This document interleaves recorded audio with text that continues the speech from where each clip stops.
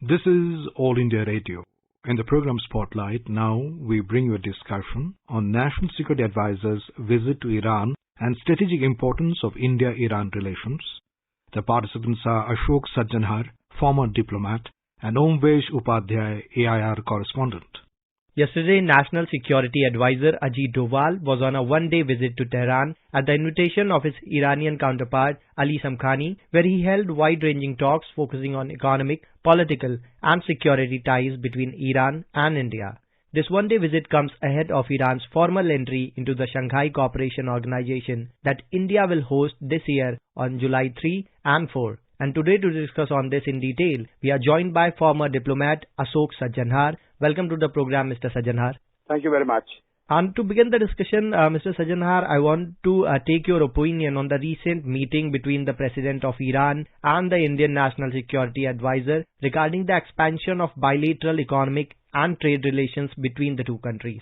As you said very correctly at the beginning of the introduction, that the National Security Advisor of India, Shri Ajit Doval, he was in Iran yesterday for a one-day visit at the invitation of his counterpart, Rear Admiral Ali Samkhani. During his visit, of course, he had discussions with his counterpart, but he also met the Iranian Foreign Minister, Amir Abdullahian, and also called on the President of Iran, Mr. Ibrahim Raisi. Now, this is a singular honor that was granted to the National Security Advisor, because usually when NSAs or Secretaries of National Security Council, they visit different countries, normally they are not given the opportunity to call on the head of state or head of government. They might meet some of the other important leaders, foreign ministers, etc. But this opportunity is usually not granted.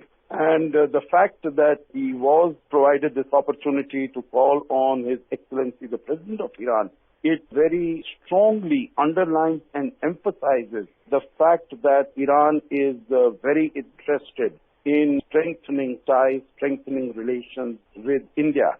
And this is, of course, true in all the areas in which we cooperate and collaborate, whether it is political, strategic, security, and economic.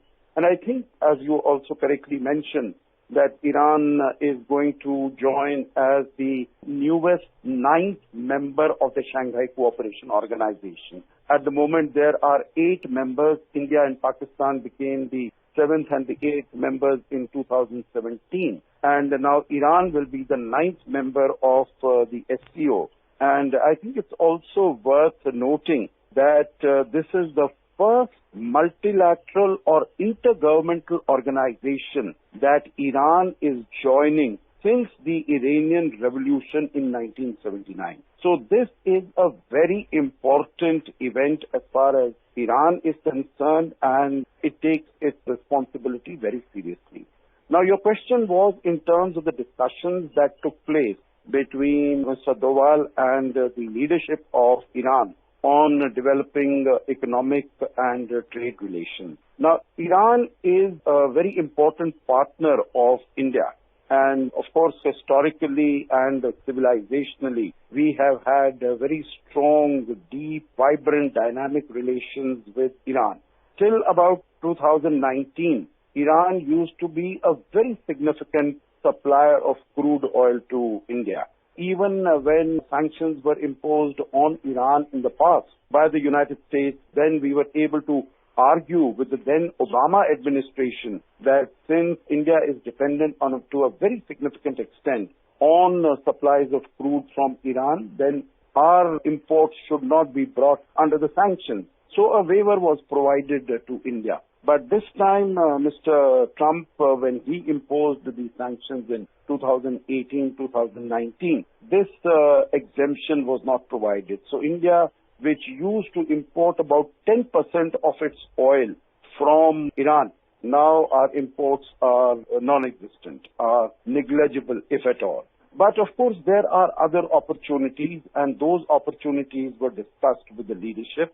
That is in terms of development of the Chabahar port. And Chabahar is a natural port. It has a natural hinterland. We have been working along with Iran and Russia and Azerbaijan on the international north-south transport corridor. And we have suggested that Chabahar should also be brought on board as far as the INSTC is concerned. And this has been accepted. So there is enthusiasm on both sides, both India and Iran, that we should develop Chabahar very quickly. It is, of course, the gateway to Afghanistan. It is the gateway to Central Asia. All Central Asian countries are landlocked. Uzbekistan is a doubly landlocked country. So development of Chabahar and connectivity to Afghanistan and Central Asia will be extremely helpful.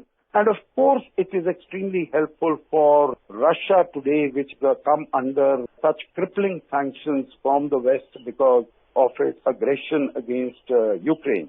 So the importance of Chabahar and of the international north-south transport corridor, that has increased manyfold, and that was discussed at great length between Mr. Doval and the leadership of Iran during his visit.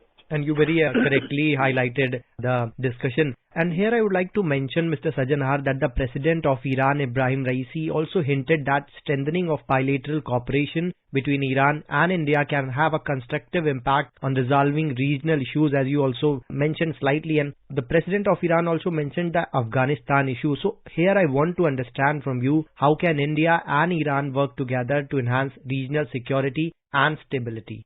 You know, as far as security is concerned and as far as the situation in Afghanistan is concerned, I think it will be useful to remember that both India and Iran are by and large on the same page as far as stability and security in Afghanistan is concerned. Your listeners would recall that when the Taliban used to be in power earlier in the late 1990s, from 1996 till 2001, India, Iran and the Russian Federation were part of the Northern Alliance. They were working with the Northern Alliance and against the Taliban that was in power at that time. Currently, the situation is a little different. And here what we see is that although the Taliban, they took over power in Kabul on the 15th of August 2021, that means it is about 1 year, 10 months. But there is not a single country in the world which has accorded political recognition to the Taliban regime in Kabul. You would recall that when the Taliban was coming to power, then it was thought that many countries in the neighborhood, for instance, definitely Pakistan, China, Iran, Uzbekistan, Turkmenistan, and even Iran, many of these countries would very quickly, sooner rather than later, accord political recognition to the Taliban dispensation and start working with them. But that has not happened, and for a variety of reasons. One of the most important reasons is that the Taliban had committed that they would have an inclusive government when they come to power. And that would mean that it would not only be the Pashtuns, who are a majority in the Taliban, but it would also include the other minorities in the country. For instance, the Tajiks, I understand, are anything between 20 to 28% of the population in the northeast of the country. There are Hazaras, there are Shias, there are so many other minority communities in the country.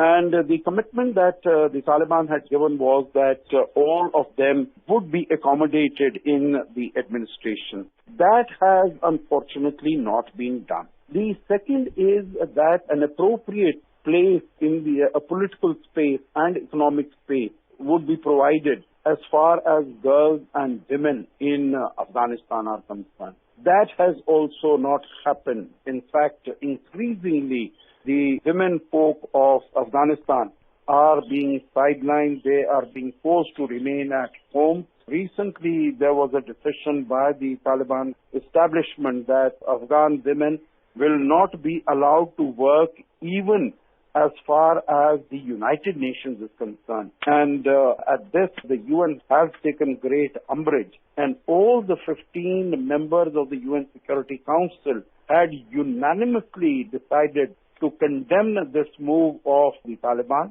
and to urge it to remove this restriction about Afghan women working in the UN offices. In addition to all this, there are a large number of terrorist groups that are in Afghanistan. For instance, you have Al-Qaeda, you have the Islamic State, you have Hizb ut-Tahrir, you have Jaish-e-Mohammed, Lashkar-e-Taiba, etc. So many of the terrorist groups. So there is a very real threat of these terrorist actions taking place against some of the neighboring countries of Afghanistan. And of course, we have experienced this in the past when Taliban was in power in Kabul in the late 1990s, and how the territory of Pakistan was used to launch terrorist attacks against India.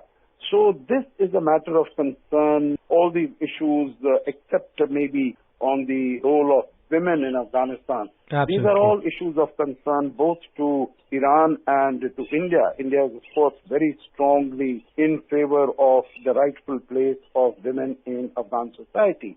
So on security issues, regional security issues, both the countries can work together, and there are a number of formats like the Moscow format, like the Heart of Asia format, like the Tashkent model, on which both Iran and India are participating and working together to ensure that regional security in the countries around Afghanistan is maintained.